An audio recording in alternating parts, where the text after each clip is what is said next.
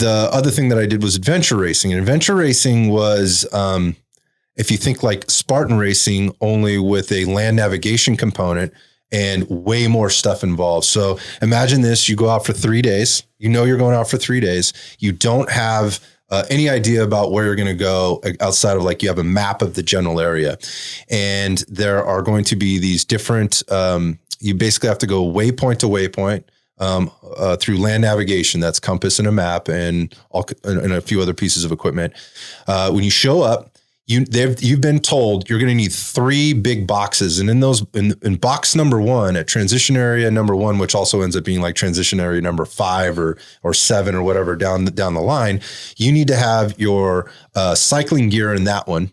Right. And you're also going to need to have nighttime gear for navigating and potentially cycling at night. In box number 2, you're going to need your kayaking equipment. So you're going to need any of the things that you're bringing along outside of your boat. And we'll get back to that in a second.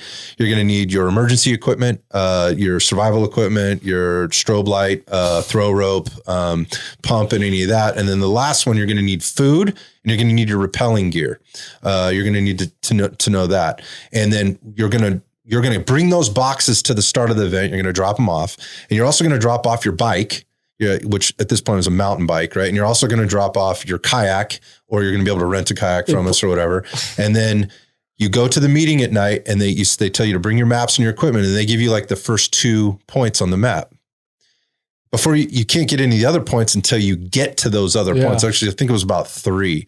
So first off, if your land navigation sucks, you're fucked right from the get-go. So there's always somebody on the team that needed to be really good at this, right? So because you didn't want to mess that up, or otherwise you're in big trouble. And then when you go through, and so you could start out the event with like a 10-mile trek, and that could be bushwhacking. Wow. Right through to a specific point. When you get there, you get the next set of coordinates, and that takes you to the next thing. Next thing you know, you wind up on I forget what order I put those boxes in, but you wind up in the beach. Right. And the beach, there's your box, right? And there's your kayak, and you have like a 5-mile kayak. And there's a cutoff time, because once it gets dark, they don't want you in the water. Lots of stories about some shit I got myself into, or we got ourselves into as a team and doing this. Then you come back, and then you move to the next waypoint. You kind of get the gist. And so then the next thing you know, you're mountain biking, you're going up a mountain at night. You got to come down the mountain. Bottom line is, this is over 48 to 72 hours. Yeah. I've also done like 8 to 12 12-hour events. HIIT training will not fucking get you there. It won't. You have to have this long, slow distance training. Completing an Olympic level or Olympic distance triathlon, HIIT training is not going to get you there.